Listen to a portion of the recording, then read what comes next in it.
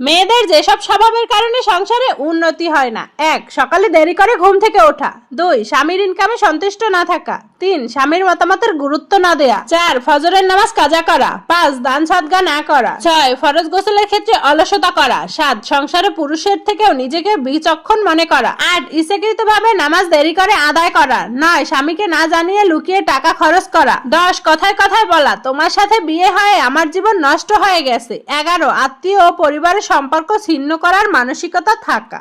মেয়েদের যেসব স্বভাবের কারণে সংসারে উন্নতি হয় না: 1. সকালে দেরি করে ঘুম থেকে ওঠা। 2. স্বামীর ইনকামে সন্তুষ্ট না থাকা। 3. স্বামীর মতামতের গুরুত্ব না দেয়া। 4. ফজরের নামাজ কাজা করা। 5. দান সদকা না করা। 6. ফরজ গোসলের ক্ষেত্রে অলসতা করা। 7. সংসারে পুরুষের থেকেও নিজেকে বিচক্ষণ মনে করা। 8. ইচ্ছাকৃতভাবে নামাজ দেরি করে আদায় করা। 9. স্বামীকে না জানিয়ে লুকিয়ে টাকা খরচ করা। 10. কথায় কথায় বলা, তোমার সাথে বিয়ে হয়ে আমার জীবন নষ্ট হয়ে গেছে। 11. আত্মীয় ও পরিবারের সম্পর্ক ছিন্ন করার মানসিকতা থাকা।